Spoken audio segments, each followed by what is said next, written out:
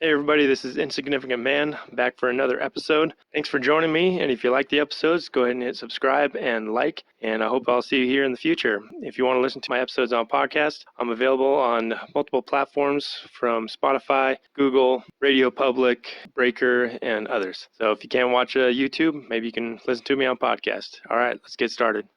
Today I wanted to talk about a topic that I've touched on a little bit before. 1, 2, maybe 3 of the previous episodes or recordings, but I wanted to kind of give it its own recording and focus on it because it really is kind of a bigger topic, and I'm also going to include a little bit of something else as well, but it's on the topic of sin. So sin, what is it? Where did it come from? And what else do we need to learn and understand and know about sin? As well as sin, which is closely connected to it, is hell, and then also salvation. So they're all pretty well linked together, and you can't really talk about sin without talking about going to hell, and then you can't really talk about sin without talking about salvation and what the world, this planet, has become to know as salvation through what they call Jesus Christ, which means anointed one, and that was awarded to Jesus, or was awarded to Emmanuel after his death, and in Rome with Paul, I believe it was, when he went before Rome and was talking to him. I believe he was his prisoner. I think he was there for 2 years. The book of Romans and Acts, I think, has to do with his time in captivity in Rome. And then we all know about the Roman Catholic Church that grew from there, from the apostles spreading the word, and so on and so forth. But Emmanuel was his name that was given to him at birth. There's also another name people have called him by, is Yeshua. It kind of looks like Joshua, but pronounced, in Hebrew, Yeshua. And that's another name as well. But the name that is in the Bible, that is in the prophecy in Isaiah, that first mentions the Messiah, and there's actually no place in the Bible that actually says Messiah. It's just referenced in the prophecies. There will be someone that comes to save the Hebrew nation and the Israelites, and they call him Messiah because of what he's supposed to accomplish. And in the prophecy that Isaiah gives, he actually says Emmanuel. And so when the time comes for the Savior, they will call him Emmanuel. He will be born of a virgin, or have a virgin birth, so you will know the sign that he is who he is, and his name is Emmanuel. Majority of topic of sin, hell, salvation really does circulate around central points such as Emmanuel. Like I said before, you can't talk about one without really talking about the other because they're so connected and intertwined. But the whole point of Emmanuel coming for the Messiah is to come and save them. And the perspective of Israel at the time was that he was going to come in as a conquering hero, and he is going to overpower all their enemies, give them back their rightful place on this planet as God's chosen people, and kind of an elitist type mindset, and then he will physically dominate everybody else, and they will rule once more, and he will save them from all the torment that they've been going through. And this is huge for a nation that used to be so powerful and was struck down by the Babylonians, King Nebuchadnezzar, and then you have Shadrach, Meshach, and Abednego, and then Daniel as well. So there were some of the Israelites that the Babylonians kept alive, and they trained them as priests. Everyone knows the story of Shadrach, Meshach, and Abednego. They get thrown into a fire. I think a couple people even died. The ones that made the fire, the guards, even died throwing them into the fire because it was so hot. So that was King Nebuchadnezzar. And when they threw the 3 Israelites into the fire, the king saw they were still standing and they're moving around inside the fire, but there was 4 of them standing in there. So there's obviously a benevolent being in there with them, protecting them, and which it's a great story. It's awesome. And that really kind of shook King Nebuchadnezzar. And then Daniel came into his favor because Nebuchadnezzar was having all the kinds of dreams, and then Daniel was able to interpret the dreams for him. So he kept Daniel alive and and gave him good standing. And then, Daniel gets thrown into the pit of lions because some people are instigating. They are conspiring against him because, yes, conspiracies are real. And they conspired against him and forced the king's hand to throw him into the lion's pit. And the next day he came out and he was fine. So, pretty famous story. I'm sure a lot of people have heard about it. But even that was based off of sin.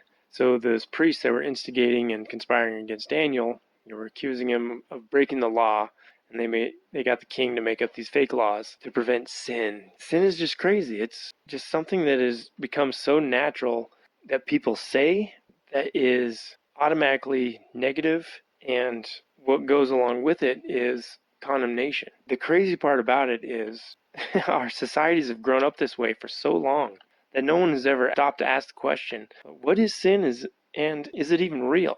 You'll get the theologian answer, you even look it up online, and it'll say one that is being disobedient towards God, that is not following God's commands, that he is committing a sin. And you can also sin against your brother and against people.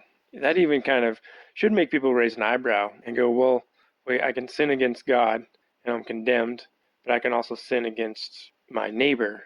Well, there's a lot of condemnation that comes with sin, but there's a lot of rules. You don't know sin even exists unless there's rules. But there's also like man-made rules, the laws. There's also laws of nature, which, one basic one that comes to mind is being cruel to somebody, like being a bully or cheating them out of something. So you got the 10 Commandments, thou shalt not steal, thou shalt not commit adultery, thou shalt not covet thy neighbor's wife, and all that kind of stuff. You see pretty quickly that sin is connected directly to rules or laws. And that should stop and make you think, so what is sin? And what if there were no laws? Would there be no sin?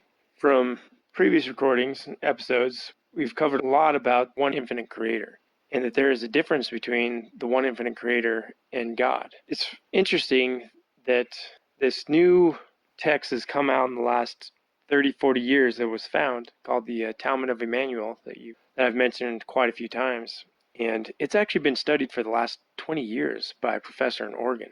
No one actually even knew who wrote the book of Matthew and Mark, and they don't know which one was written first, and maybe one copied the other and just kind of changed some details. Well, when they started comparing this Talmud of Jmmanuel to Matthew, Matthew was actually seen to be written from this text, the Talmud of Jmmanuel, which this is the Gospel of Judas, which is supposedly the disciple that betrayed Jesus and went and hung himself. And when you read through the Talmud, that's not the case at all. They conspired to frame it on him to discredit Jesus even more, to show that even one of his own disciples was turning against him, to help let the people see this, and so more people would turn away from Jesus, from Emmanuel as well.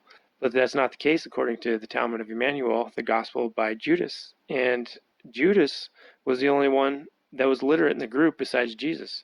So he was the only one that was actually writing anything down as it was happening.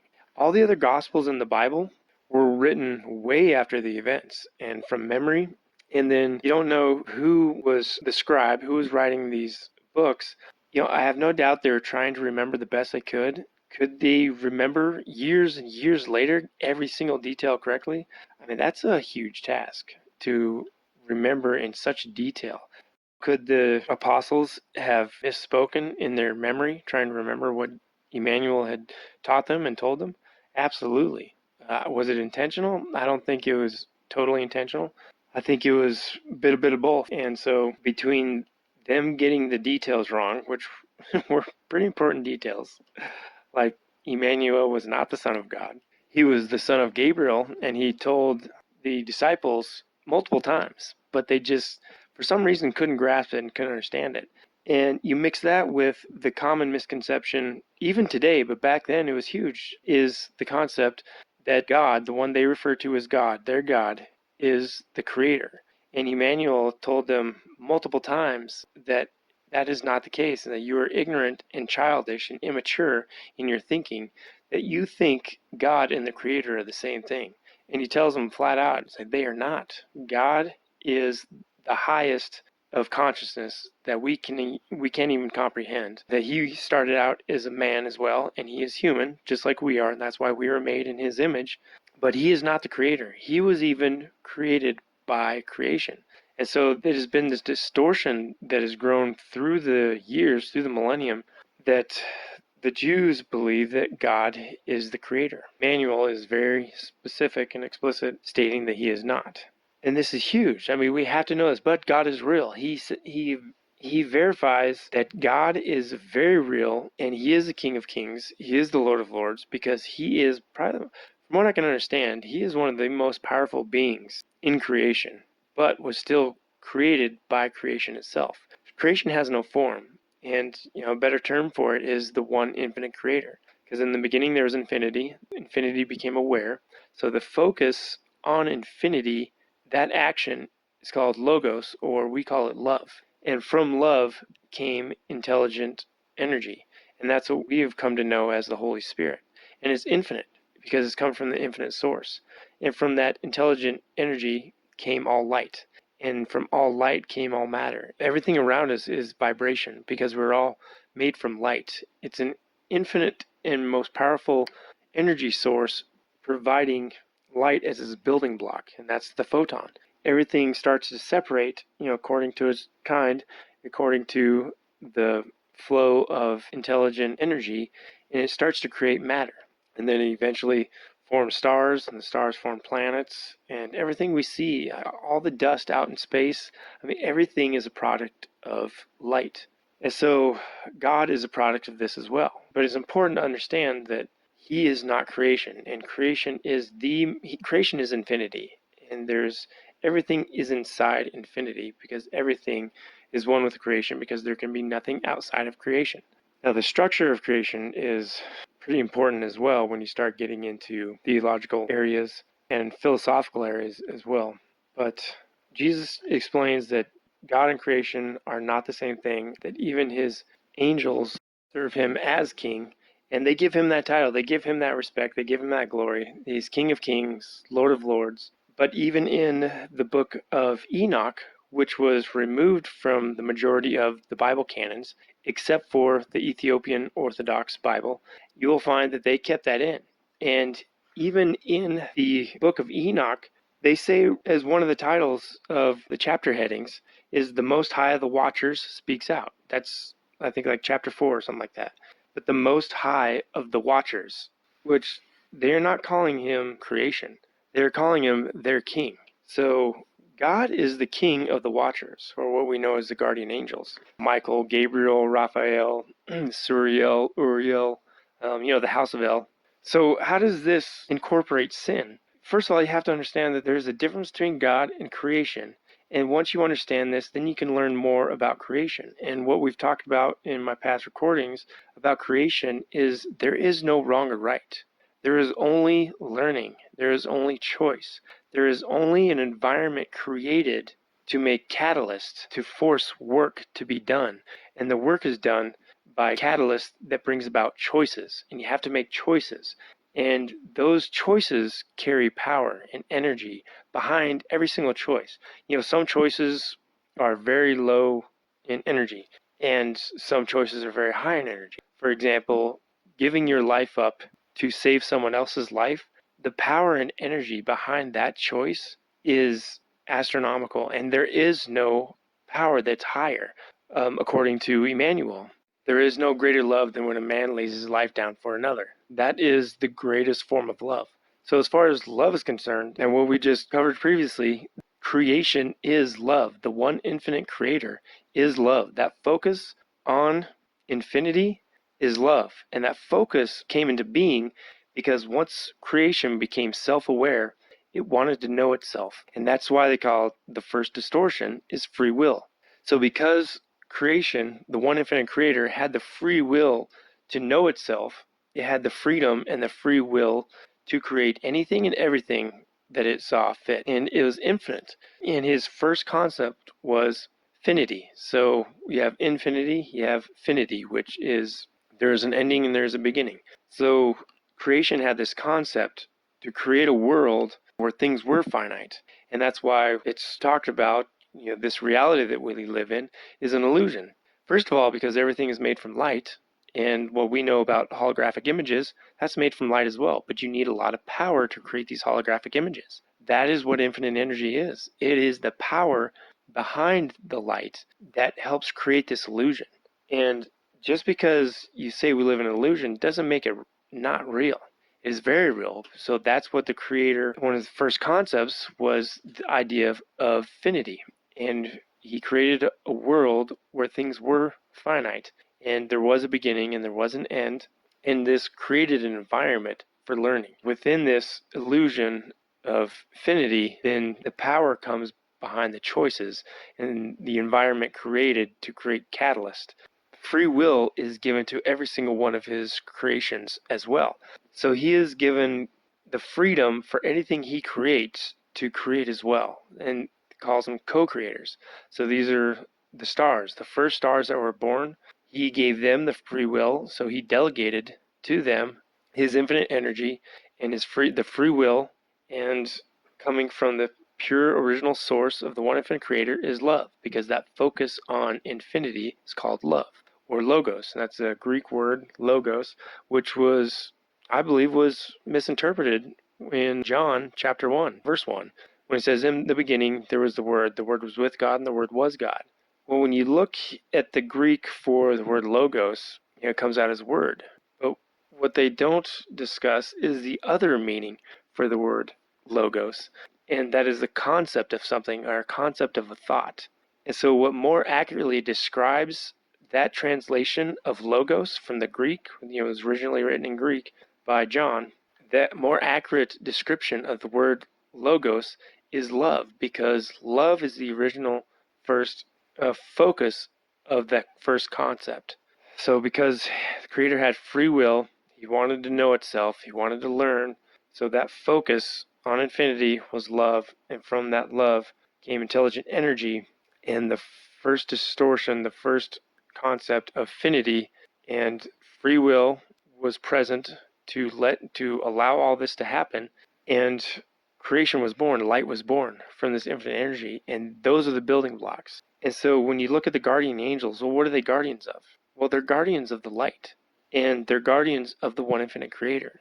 What makes God King of Kings and Lord of Lords is that he is not creation. He is a king. He is the king guardian, or the king watcher of the light of the one infinite creator. That is their duty, that is their honor, that is their task that they volunteered for, to serve the one infinite creator, because it has to be service if it's free will. If they're being forced to do something, then free will is not being adhered to, and the one infinite creator created free will for that purpose of learning and for the freedom to choose. If you preserve free will, then you preserve the purity of choice, and it's not degraded in any way by influence or being forced to do something. It's amazing. It's an amazing concept. It's an amazing structure that was designed and thought up of, and the point of the guardians is to preserve that, to ensure that whatever part of creation they serve, like whatever district or section of the universe, I don't know how it all works. I don't know if they have a specific part of creation and other guardians, look over other parts of creation. I don't know. We've talked about this octave that we live in the raw material. Ra says that they are in the octave above us. And in the Talmud of Jmmanuel, Emmanuel actually gives this place a name, where Ra says it's from the next octave above. Emmanuel gives it a name called Petel, Petale. Emmanuel describes this place as the mental plane close to creation. When you go up an octave, you're going closer to the creation. You're going towards the light, and the intensity of the light is getting brighter. The vibrations are raising higher and higher. So just like in the music world, you go up to the next octave. They're from the next octave, and they serve the Creator as guardians of the light. Also, they are guardians of the natural laws of creation. Your initial distortion, or your initial law of creation, is free will. And then Ra describes it as well as the law of confusion. So they don't want to break the law of confusion, or they don't want to break the law of free will. Some information that they would not give the guy that was asking the questions, because they said it would be breaking the law of confusion / the law of free will if we gave you this information, because it would taint your choice. If it's tainting your choices, then it's removing power and energy behind every single one of your choices. So creation is very real. It stands alone because it has no form. It is not polarized positively or negative. It is whole. It is not half of anything. Creation is one. Creation is whole. It is until you get to the co-creators where things are starting to split and divide. So like male and female. That mainly is in regard to energetic polarity, where man and woman come together to be one. It's not just flesh, how we understand it as sex, but it also has to do with energetically and how the different energies, male being positive, female being negative, how they work, and they have different jobs, different purposes that they serve for that different type of energy. And that is why the family structure, heterosexual family structure, will always be the most beneficial structure of the family unit. And there's no condemnation intended behind that, because if you look at the benefit of how the energy is used and utilized, and that this magnification of energy even exists solely with heterosexual relationships, that shows efficiency right there. When you understand the creator and everything is one inside the creator, that means everything serves the creator. So everybody is serving the creator, whether they know it or not, or whether they want to believe it or not. The way you become a more effective servant of the creator, presuming that you want to be, could be consciously or it could even be subconsciously, but you're wanting to be a better person, you're wanting to be kinder to the people around you, you wanted to be wiser, you wanted to be more righteous, you want to be good at your job, you want to be looked at as someone who's figured out life and is confident and knows their place in this world. And that's what everybody's looking for. But there's energy behind this as well, and that's why the family structure is so amazing, is because the husband and wife empower each other, and they empower each other differently. And I think I've talked about it before in other talks, but that's with the homosexual relationships. There is a potential for them to love each other, but it will never be in a sexual way as far as energy goes, because there is no energy transfer. Only a male and a female can be joined together to create a larger form of energy. So like the light bulb. So when you put the batteries in the wrong way in a flashlight, the flashlight won't work. And that's the exact same principle, because it has to do with energetic polarity. Well, now you know that there's a plan behind creation and a blueprint, and it has to do with energy, it has to do with choice. The energy is created by every choice that we make, and the environment is created by free will of everything that the creator creates. So free will has to be preserved. So these beings, not just the guardians, but positive beings all over, are helping to preserve free will. Now you have people that can polarize negatively, and those are the negative beings. And we've talked about this before, but to us it's known as the Orion group. And that's what we've understood to be Satan, the devil, or his demons, or his minions. That is the Orion group. And on the positive side, that is God and his guardian angels, also been referred to as celestial sons, and also the Confederation. The Confederation is made up of huge amounts of groups, and they call themselves social memory complexes. But they understand, and they are trying to teach and get the message through that there is no right and wrong in life. In other words, sin isn't real. It is in a way, but not like we think, not like society thinks it is, and how it's been pushed on to everybody in our society, going back to the Garden of Eden with Adam and Eve. But the crazy part about it is, when you look, I think the sin in the Bible is mentioned like 900 sometimes, 930 times, somewhere around there.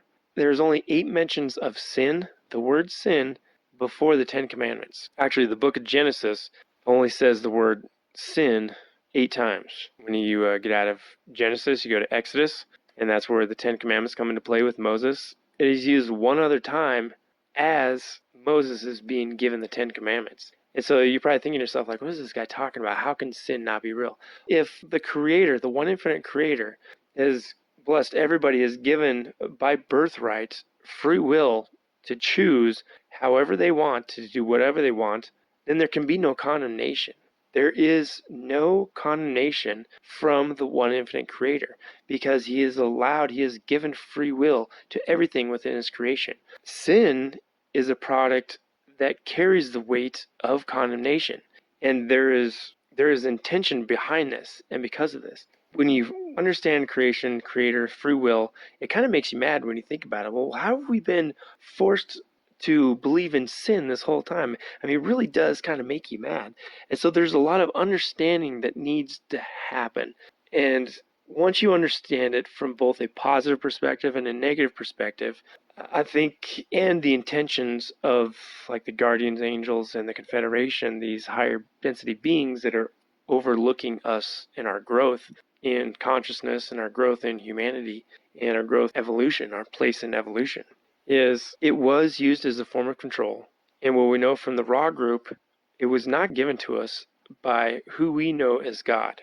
It was not creation, but he is King of Kings, Lord of Lords. That is God. He's the King of the Watchers. He's the King of the Guardians. And even in, I believe it's the book of Enoch, it even says, the King of the Watchers who allows himself to be called God. And that's huge because that shows humility, like an amazing amount of humility, that he allows himself to be called God, that he didn't give him this name, that the name was given to him.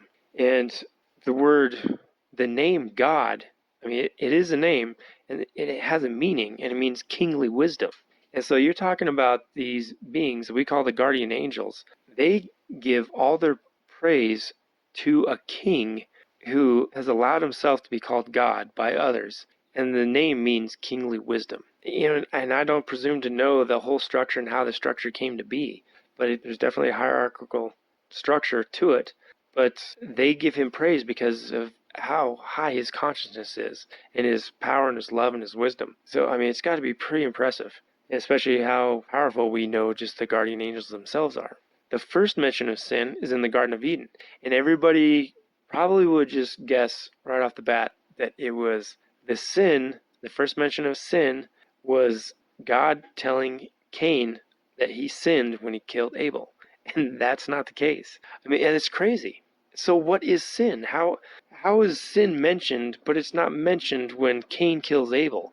Isn't that like the original, the first murder? It's not the original sin. The next sin you might think of is, Adam and Eve eating from the tree of knowledge.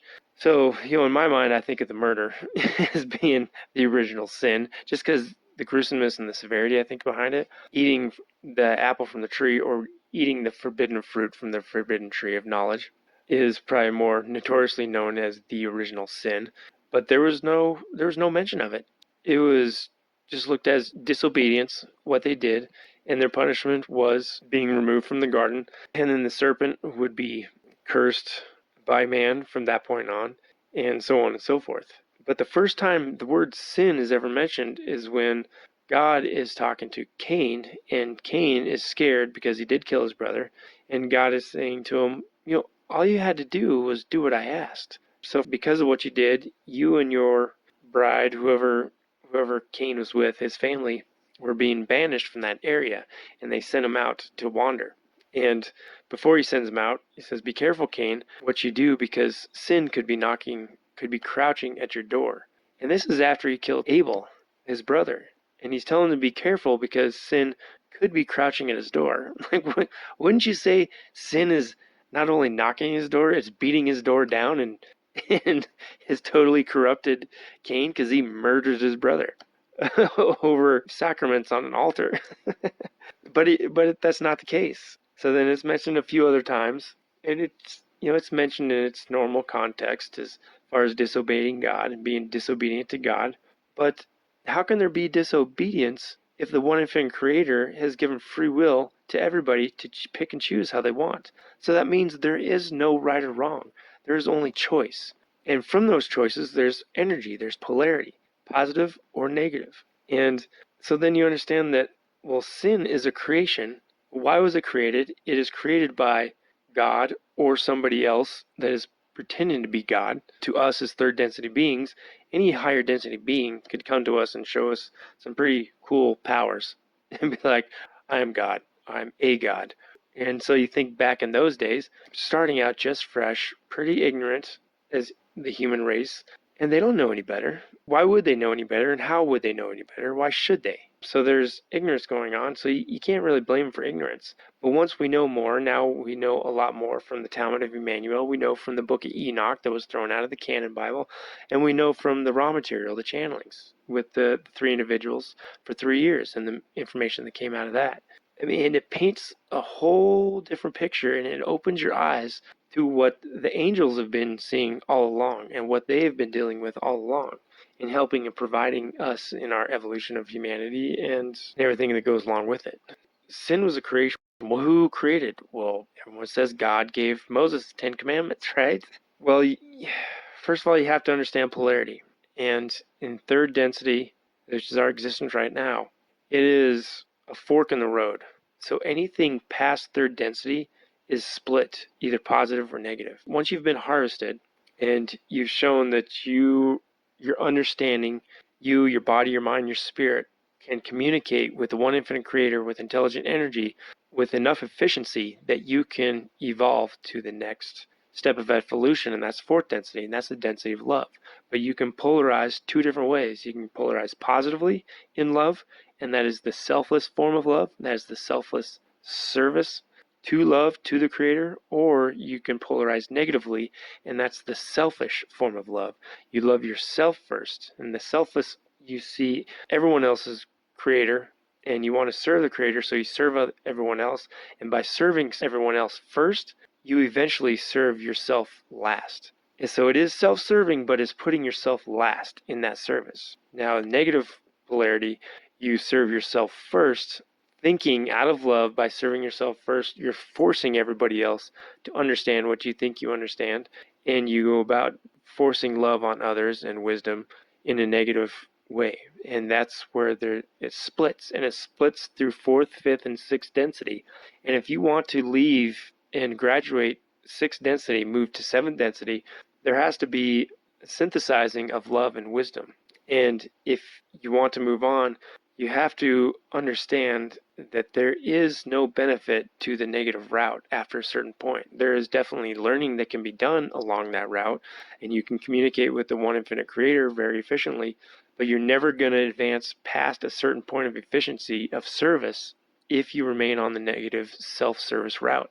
And so at end of sixth density, seventh density, they have to understand, they have to make the choice to switch polarities. And that's where I think true forgiveness really shows or really shines, is there when these negative beings understand and they switch polarities, and that is the only way for them to go on. Once you split in these polarities, you cannot stand the other polarity. It's this repulsiveness. And even in fourth density, there's parts of our universe where only positive beings can live because the vibration is just only set for them. And there's parts of the universe where negative polarity lives and exists, and only they can survive there because of the type of vibrations that are there. So positive people can't survive where negative people can survive, and vice versa. And it's unbreakable. You can't just float back and forth. In our density, in our world, where the choice has not been made which direction you're going to polarize, so we understand going back and forth all the time, showing kindness, showing selfishness, being evil, and asking for forgiveness, and seeing the errors in your ways, and you want to go positive. A positive being starts to lose hope and then backslides and then becomes selfish and then go back and forth and back and forth. But that's not the case. So these higher beings are set in their positive evolution or their negative evolution. Well, God is past that and has merged paths back to just the positive. Because after seventh density, there is only positive, and there is only love and the knowledge, collective knowledge and wisdom of the one infinite creator. But we know creation, or the one infinite creator, is love. It is a selfless form of love because he has given free will for everyone to choose. Then why would a positive being as God create sin? That's a great question. That should be the first question on everybody's mind. And the awesome answer is he didn't. They didn't create the 10 Commandments. They didn't create sin. They didn't make up sin to control us. And the whole reason that people have had conflict with the God of the New Testament, the God of the Old Testament, And it's almost like, they'll actually say it's almost like they're two different gods. You know what? Look at that. Your instincts are right, because they were two different gods. The God that led Moses and the Israelites out of Egypt was not the one we know as God, King of the Watchers and the King of the Guardian Angels. That was not him. That was the Orion group, the fourth, fifth, sixth density beings that are on the negative path, because they also want a negative harvest as well to feed their numbers and everything that goes along with it. That's what's so amazing about this is, first of all, sin isn't real because free will prevails, and there's no condemnation from the one infinite creator. There is only learning for him. Sin was not given, the law was not given to us by God. It was given to us by the Orion group. And there was an intense war going on at the time.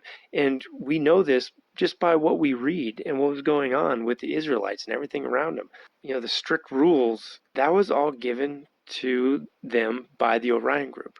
Fortunately, though, there were positive beings in the Confederation. One of the positive groups called themselves the Yahweh group. They're a social memory complex. I think they're they were sixth density group, and they had come earlier. And from what I understand, they were the ones that created Adam and Eve. You have to look at their intention as far as what they're trying to accomplish with us, and that is they're trying to accomplish a seeking of the Creator in us, and they're positive beings, and they know the benefit of the positive route and the positive choosing. So everything they do, their perception, comes from wanting to encourage human beings on this planet to seek the Creator, but to seek Him and follow the positive, selfless path.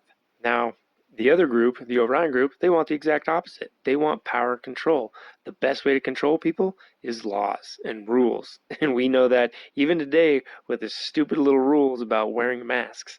And that's how they get people down, is you create rules and then you tell them they're breaking the rules and that they need to pay a fine and they need to suffer. They need to do whatever because they broke the rules and they're just being selfish and they're not contributing to society, blah, blah, blah. Well, there's a lot of rules in our society. A lot of them I think are good, and especially the ones that preserve free will. And that has to do with murder or wronging somebody, taking them for granted, stealing from them. You're hurting them. You're not being kind. You're not being nice. And, even killing somebody, you're violating murder, not just killing. Murder, especially, you're violating someone's free will, their free will to live. And that's why the guardians protect the light, because the Creator learns through us being alive. He doesn't learn anything by everybody dying. He has created a finite world illusion for us to exist in, where the catalyst and the environment of choice are predominant. And that's where we learn. And when we learn, He learns. And there's learning going on because we have a subconscious mind that we don't remember anything. We start from a fresh slate every time we're born, and we have to learn things guided by our subconscious, possibly, guilt behind choices, but there's also learning, and that guilt serves us as far as learning as well and synthesizing what scenario caused us to do what, make what choice for what reason, and would we repeat that because what are the benefits of that choice? When you're on the positive path, the more times you choose a selfless decision, the loving decision, that in any moment in our life, that moment contains love somewhere. Selfless love. It's our job to find it. So that's how we polarize, and that's what gives the energy behind this choice that we make. And even in the book of Revelation, it says in the end, your deeds will be remembered. And because those deeds are the choices, those are the results of the choices that we make. And that's what polarizes. So sin is a form of control. And sin was created by a negative group in the skies, hidden by clouds, at the time when Moses and the Israelites were wanting to escape. For whatever reason, this was allowed to happen, and it has to do with free will as well. So where there's a calling for positive, there's also a calling for negative. So they have a right to, even though this planet is quarantined by the light, by the Confederation, where the Council rules on Saturn, and multiple beings across the universe are part of the Confederation that come to serve and try to do the best they can to help us out and help us choosing the positive path. So the negative beings had the right to do the same thing as well. So they were, for whatever reason, maybe they were the strongest at the time, they were able to come here and make some gains negatively with the human races. And the Yahweh group is also doing other things at the same time as well with other groups of people. And Ra talks about this and explains it very clearly what is going on. It says at that time it was a very intensive war. And then also you get with King David and King Saul, when Saul wanted to kill King David, and God tells the Israelites at the time, like, do not go to channelers, do not go to seers, do not go to these people that claim to be able to see and tell the future. Well, Saul disobeys, and he goes and sees a seer. Because he does that, God says he removes his spirit from Saul, and he is no longer blessed with God's spirit. Well, everybody from that moment has, first of all, not understood what's going on behind the scenes, and then they apply that to be in the exact same scenario that the whole rest of the human race has been living with up till now. And that's not the case. Back then, it was a very intense war going on between positive beings and negative beings, the Orion group and the Confederation, the Yahweh group to be more specific. So the Yahweh group was very upset because that is the first way that the Orion group, the negative beings, were able to make some ground, because Moses was a channel, and he was used as a channel all the time. But Moses didn't always know who he was talking to. He just assumed, because the negative groups, they know exactly how to play like they're good people. They know exactly how to make things look good, but they're really bad, like the law. So the Ten Commandments were made, and then sin, the word sin and condemnation, just starts to flourish. And from then on, everything is about sin. The whole book of Leviticus and Deuteronomy is about, don't do this, don't do that, don't eat this, don't break the Ten Commandments. If you do, you have to do this to make up for it. You have to have an animal sacrifice, a sin sacrifice, this sacrifice for this sacrifice for that. And it goes into all kinds of detail on how to make up for this. Well, it's just more rules, and rules upon rules upon rules. That's not freedom. That's not free will. So how would a God of love force his own people to live like that? He didn't. He absolutely didn't. So the Yahweh group was doing what they could at the time to combat this. But the Orion group had such a dominant presence, almost like they beat them to the punch, because they actually had a ship in the sky, and that's what Moses even describes in the Bible, that a pillar of fire was coming out of the sky. Well, that's like, as far as I know, that's probably the engine of the ship, and they use the clouds to mask it. And Ra verifies this as well. He says they kept a ship in the sky. I think it was even for like 300 years. But then you read the book of Revelation, and it talks about Michael going to battle with the dragon, or Satan. And there was a great battle, and Satan was removed. And it also talks about Satan lost his place in the heavens. And then once Satan realized that he was on earth, he went to make war against the other people that loved the women, which symbolize Israelites or the people of the positive path. So it describes in the book of Revelation that eventually the Orion group was forced to leave. And I have no doubt the Yahweh group was part of this, and then as well as other members of the Confederation. But they have to do it at the same time preserving free will. So they adhere to the law of confusion, so they don't want to create any confusion, even though confusion was created by Moses not knowing who he was talking to. But the one infinite creator has always given its creations, its creatures, its beings it's created, the freedom to choose, and there's no condemnation. So the amazing thing is, the sin that we know it as isn't real. It doesn't exist. The condemnation is a creation of the Orion group and a creation of man. And that's what we'll say, the Orion group created the law, and the law created sin. The law created condemnation, or human race or human thinking, ignorance mixed with the law, created condemnation. Paul even goes into this in great detail in the book of Romans. And he even says the blood of Christ, Jesus, but what we know now is Emmanuel dying on the cross, becoming the perfect example of love, became the cornerstone decision. So you believe in Emmanuel, you believe in love. That is what they're trying to get us to do, because then you believe in creation, and you believe in the positive side, and the more you choose the positive choices in every situation, that every moment contains love, you find that choice, you polarize, you get more powerful and powerful, and you build, and your body, mind, and spirit strengthen as well. And that is the goal of these positive beings. They're trying to get us on that path. What prevents us from going on that route is sin, and that's condemnation associated with sin. Because remember, we're trying to build up these energy centers. We're trying to strengthen them. We need to remove blockages and distorted points of view. Distortions induce blockages, and we want to maintain balance and maintain balance and remove those blockages. The last step to becoming one with the Creator, or I don't know if it's the last step. I mean, it really is the last step as far as understanding your body and its energy centers. It's the last energy center. But that's the great gateway to the Creator. It's intelligent, infinite energy. That's how it flows and comes into our body, into our, I guess you'd say, our aura, our presence, our everything that is our body, mind, and spirit. That's how it enters our body. It enters through that pineal gland, that indigo ray center. And that is the ultimate goal, is to get us, first of all, to make the decision to love, that cornerstone decision. That puts us past the red, orange, and yellow, and that ignites and activates your green energy center. And then when you start serving and making decisions that are truly selfless, that you don't require anything in return by the choices you make and the kindness that you're showing people, that's Blu-ray love. The next step past that is the last energy center in our body, and that's the indigo ray. That's the great gateway to intelligent energy. And that's where what we know as the Holy Spirit enters our body. That's what Emmanuel understood, and that's what he figured out at a young age, and that's what he developed through the years.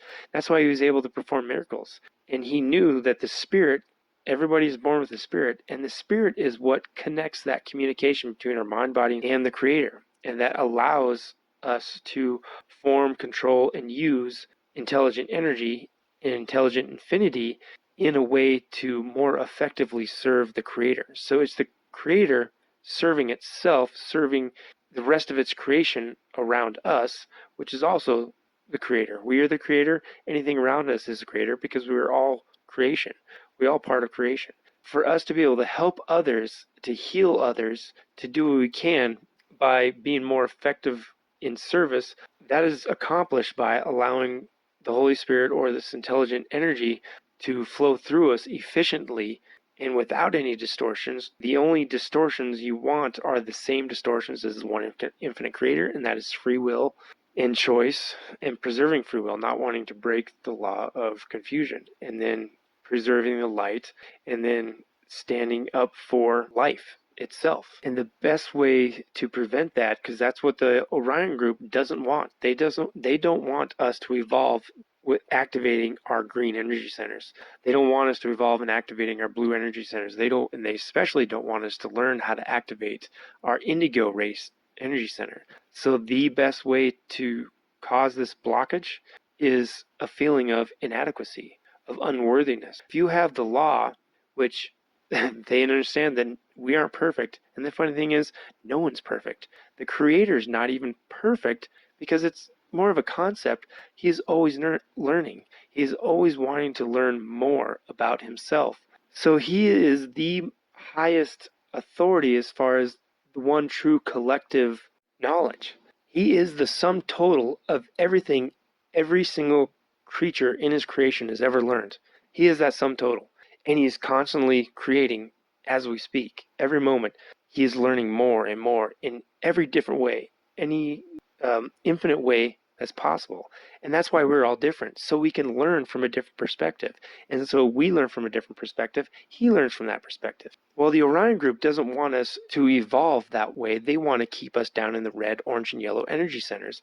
And they do this by control. And they know that no one's perfect, so they create the law, knowing full well no one is perfect and can adhere to the law and be perfect by the law. First of all, because it's fake. Free will is the first thing that the creation gives to every single one of its creations. So free will, the fact that it is given to us as a birthright, every single creature in creation, means that rules will always violate free will. And if you can implement laws and rules, then you can implement condemnation and showing them that they will always fall short. But no one has ever been expected to meet that expectation. Law is only a creation of rules, are only a creation of negative beings. And that's how they control us. And that's how they've controlled us for so long. And that is how they have blocked our indigo ray center, where the spirit or the intelligent energy flows and enters into our bodies. I mean, it really is genius. Now, there's also the other side too, where Confederation groups have learned their lesson by previous beings before our race. So one example is the Atlanteans. They're not perfect either, so they're trying as well, trying to get us to seek and to teach us, and they answer the callings. In the past, they've also given humans like the Atlanteans information about their bodies, their energy centers all the way through the pineal gland, and how to be more powerful with this knowledge and be better servants of the Creator, and then crystals as well. So they were able to teach the Atlanteans how to use crystal technology, which means energizing crystal, because crystals are just frozen light. That's like a pure source of the first thing in creation. I mean, it is pure. The crystalline structure is solid and it's amazing, especially the ruby and the diamond are the most, I think, pure crystalline structures and can be used for any type of use that you can use crystals for. And I guess from my understanding, different crystals can do different things.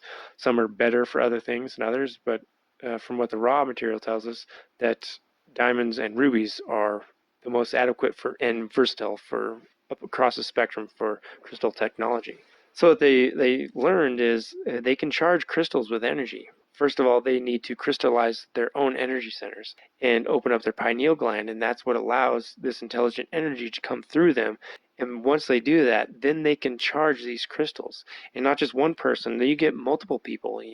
People in numbers have greater strength. That's always the case. So then groups of Atlanteans were charging crystals and charging them with the energy of the one infinite creator, which is intelligent energy. Once the crystal is charged, it can be used as a power source. And then eventually they started falling towards the negative side and became, in their words, I like the word bellicose.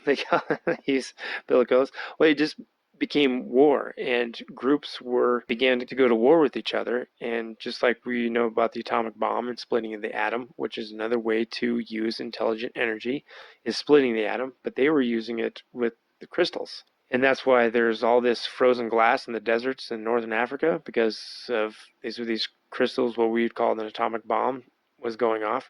But that was from their crystal technology. And then that's why Atlantis disappeared, which today is pretty much, if you don't know, Antarctica is the Atlantis that Plato describes in his writings. There are all kinds of things they're discovering underneath the ice, and it's not public yet. But if you look for it, the information is there. They found pretty much what the Bible described before, in the days of Noah, before the flood.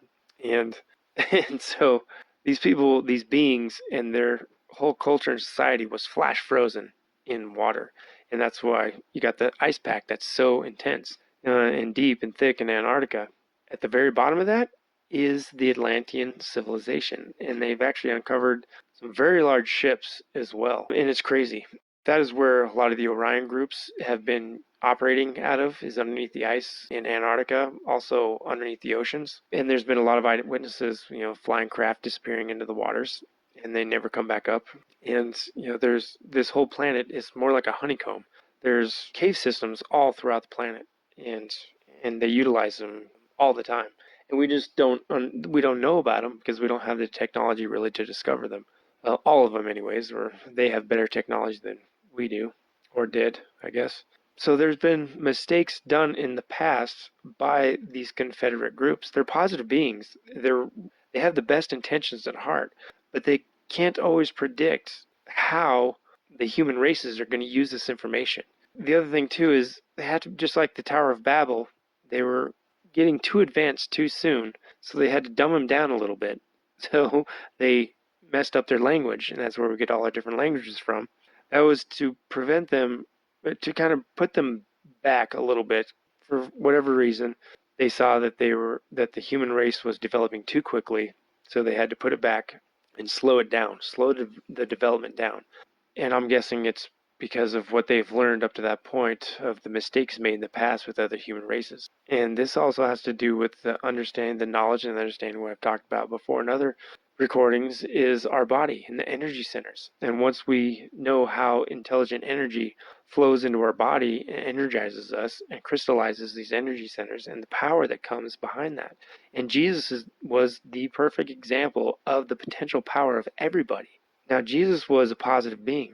And in third density, you can still, believing you're doing it for good, being misguided with not enough wisdom guiding your love, which I believe what led the Atlanteans to their destruction, which also had led the people of Mars to their destruction, and the asteroid belts, which the planet name was Maldek, I think. Maldek was destroyed a long time ago. The exact same thing happened to them too. They destroyed their planet because of wars and the misuse of this crystals and crystal technology and intelligent energy. So they're trying not to repeat these mistakes. So like the next question I had, and you might think the same thing, well, why did God allow the Orion group to let this condemnation continue? Well, I think it had to do with how dark the human race was at the time, and just how negative everything was at the time. And what we call evil or wickedness was ruling because there was a lot of sin going on that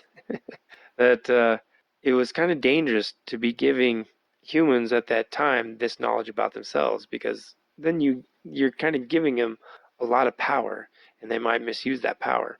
So I think sin and the law was allowed to progress, but hands down what Ra talks about how the Yahweh group combated this advancement by the Orion group was through the prophets. And that's why the prophets were so important. So anything that had to do with the prophets, and the prophets had their biases as well.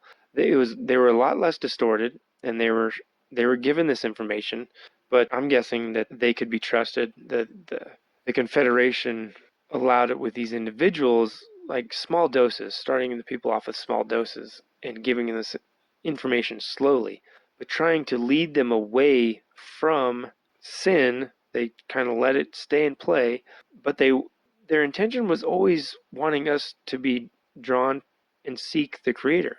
And once you get on that path, you start to understand that there is no sin with the Creator. There is no right and wrong. There's only choice, positive or negative, polarity. There's only polarity. And so I could totally understand why they let it continue that way. But I mean, there's still a lot of heartache that was happening, a lot of killing going on and pain in the world. So it's kind of hard for us to understand that positive beings would allow this to continue, but they also have to adhere to the law of free will as well, and that means allowing the negative groups of the Orion group to work in the same area of operation, I guess you might say. But that was the great news about Emmanuel, especially according to the Talmud of Jmmanuel, or Judas's Gospel. He really did give the pure message of the law of one, or the law of creation, and that creation, or the one infinite creator, stands alone. And that God is a creation of the one infinite creator. And he has come down to tell people about our spirits and what we need to do to grow our spirits, and that's knowledge. And he was guiding them towards love, becoming the perfect example of love, that if people choose him, they would make that cornerstone decision to choose love, and that is the cornerstone decision that leads you to the Creator on the positive route. And when you get going on that route, you understand that you are worthy, and that everyone is worthy of the Creator. They have always been worthy since birth, and it's so amazing, it's so beautiful that we've never been separated from the one infinite Creator. It is only this self-induced or society-induced condemnation on ourselves. So now we know sin isn't real, or rather, condemnation isn't real. It was a creation implemented as a form of control. So Emmanuel showed us that love washes all that away, and everything about Christianity got perverted so fast, so quickly, so early. The Reformation tried to correct it, but it was a tainted source to begin with, so even the Reformation could only correct it so much. Like, you have the split between the Protestants and the Catholics, and then within the Protestants you have the separation between the Arminianists and the Calvinists, or the Arminianists and the Reformers, Reformed theology. And that's all based off of lack of information as well, and an initial source of corrupted information. And that is what is so amazing about the Talmud of Jmmanuel, and what's so amazing about the Gospel of Judas. And everything he recorded is way more accurate than anything in any of the other Gospels. And like I started to talk about in the beginning with this professor in Oregon that has been studying the Talmud for the last 20 years, he said that the chances of the writer of the book of Matthew having access to the Gospel of Judas, copied and created the book of Matthew from the Gospel of Judas, the chances of that being true is like 100 to the 100th power, something like that. It's insane. In other words, it is astronomical to say that Matthew, the book of Matthew, was not written from the Talmud of Jmmanuel. Hands down, had to be written by somebody that had access to the Gospel of Judas. And it is amazing. Once you start reading through the Gospel of Judas, and especially comparing it to the raw material and everything that the raw group is teaching us, it's amazing. And the conclusion is free will is the first thing that allowed creation to create. That is the first law of distortion. And that is the first thing given to every other bit of creation by the one infinite creator, is free will. And if there's free will, and if it's preserved up to its utmost, the highest level, then sin cannot exist, because there's, condemnation with sin, which is our perspective of sin, cannot exist. Now, I have a few examples of sin, which is I was trying to find a way to describe it, and the first thing that came to my mind was just acronyms. I know I've discussed it a couple times and shown it in a couple of my other recordings. But here's just a couple acronyms using S.I.N, so sin. And we know it's a negative thing, so it's always going to be of the negative path, which is the self-service path, the love of self. So the first one I have is sin, S-I-N. Now this is for people of the positive polarity. So sin is the selfishness increasing neutrality. So if you're on the positive path and you're starting to build up positive polarity, positive polarized energy, when you make a choice, a selfish choice, that is a negative choice. In other words, that negative polarity from that choice reduces your positive polarity, which brings you back down to neutral. Everybody starts at neutral. So it's like a clean slate. And that's the danger of not polarizing, is you don't build up any strength in polarity. So people will just sit down there in the neutral position because they do a positive thing, they do a negative thing, positive thing, negative thing.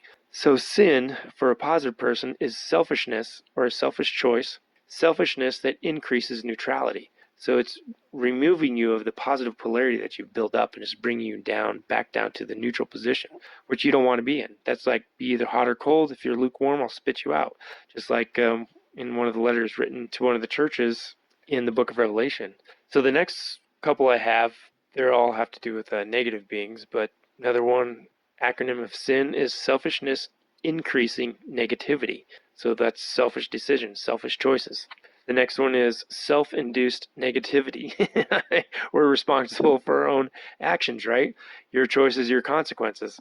Well, that could be good consequences or it could be bad consequences. So sin is self-induced negativity. So your choices are negative, selfish choices, and you're increasing your negative polarity.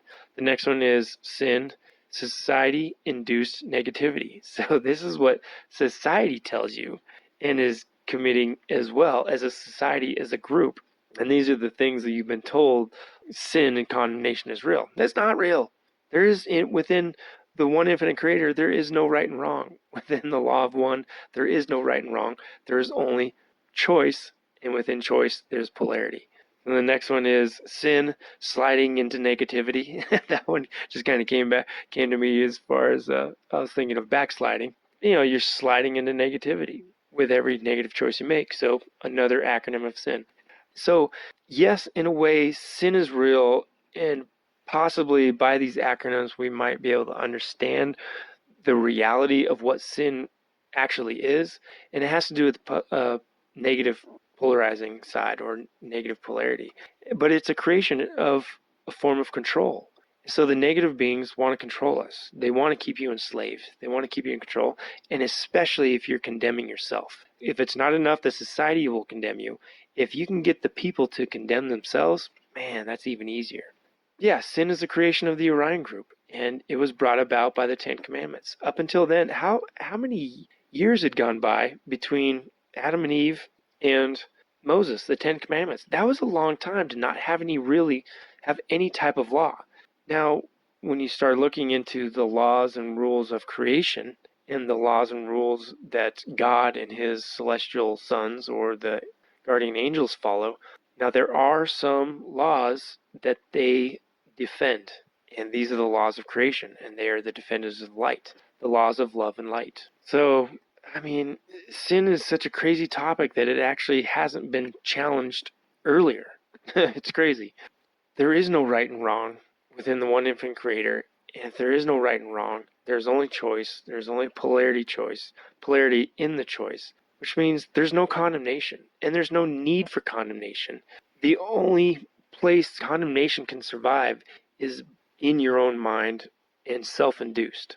Yes, every choice you make has to be synthesized on the benefits of it, positive or negative. And if you see negative results from your choices and you don't want to repeat those choices, those mistakes, what you might call mistakes. I mean, mistakes isn't even really a word as well. There are no mistakes. There are only choices. And that's the thing. Well, was a mistake? No, there are no mistakes. It happened. Could you take it back?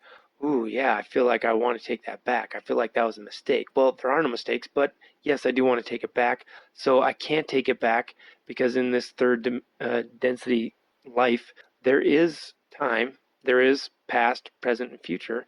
So what can I do to change that? I can't go back and change it, so I will change it in the future. So from here on out, I will not make that same choice. I want to make a different choice, and I want to make a more positive choice because I didn't like the results of that. But it all has to start with understanding your own polarity, and that's what I talked about in the previous talks about knowing your mind, knowing yourself. You have to know, are you a positive being? Are you wanting to be a positive being, or are you wanting to be a negative being?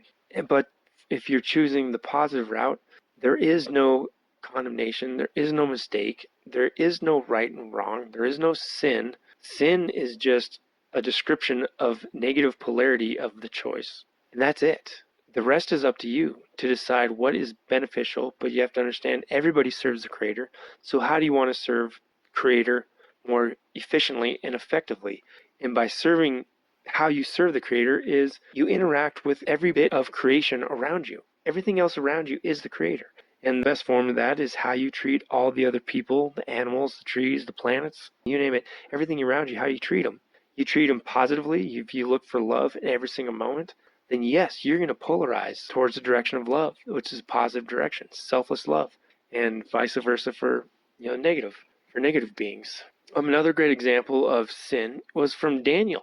Daniel 4:27 is a great verse, and pretty much all it says, I don't have it in front of me, but how to renounce sin is just stop doing it. How do you renounce sin?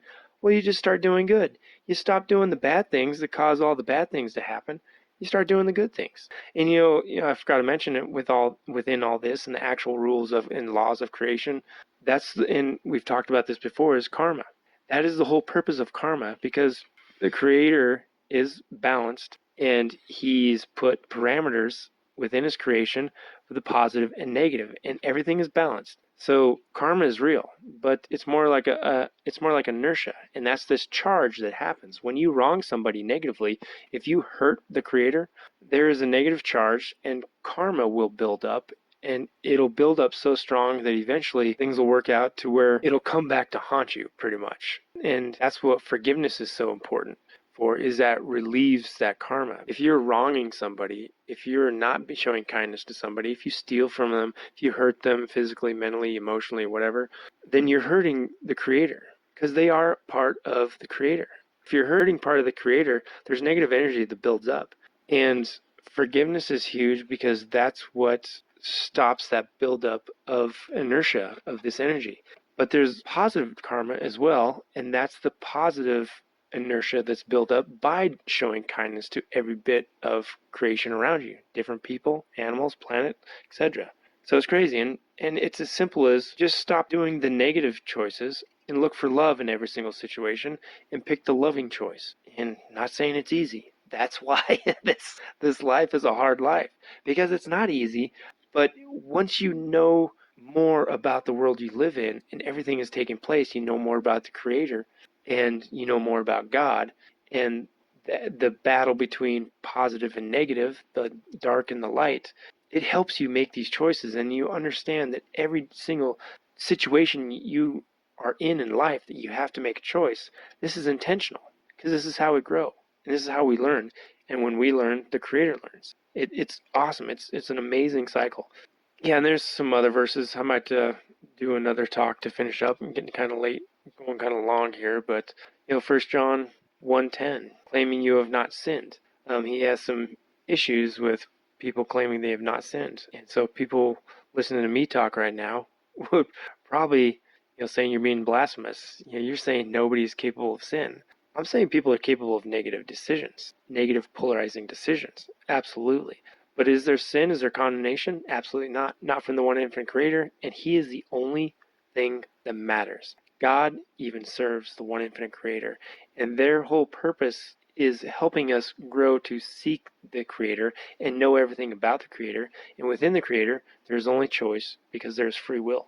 Yeah, I'll touch on that a little bit next time. And I didn't get to salvation. I didn't get to hell. I got some pretty interesting views about that and where it comes from, because the more we know about the one infinite Creator, there really is no place called hell. There is only a positive path and a negative path.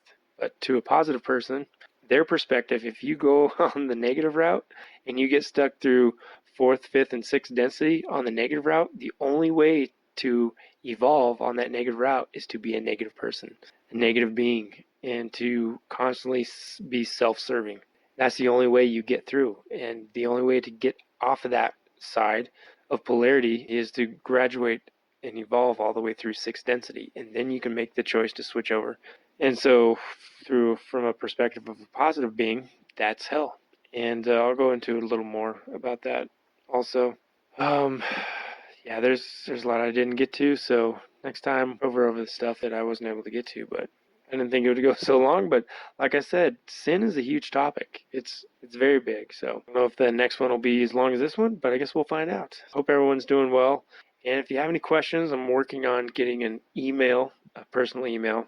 I know some people, if you do have questions, you might not feel comfortable asking them on the YouTube channel in the comments. So I was going to possibly get an email account opened just solely and specifically for questions people could ask privately, and they can ask me directly. So it'll go directly to me, and I will respond back the best way I can. Hopefully I have an answer for you. And if you just want to be angry with me, like I run into a few people on Twitter. They're very angry people, but they have their right to think the way they think. That is no problem. There's some people live with more distortions than others, and everybody's different. Everybody has different perspectives and different opinions. That's not a problem, and that's great. That creates a better environment, more catalyst, more learning, and it teaches us a lot of things like patience and understanding. Hope everyone's doing well, and I guess I'll talk to you next time. All right, take care, everybody. Bye.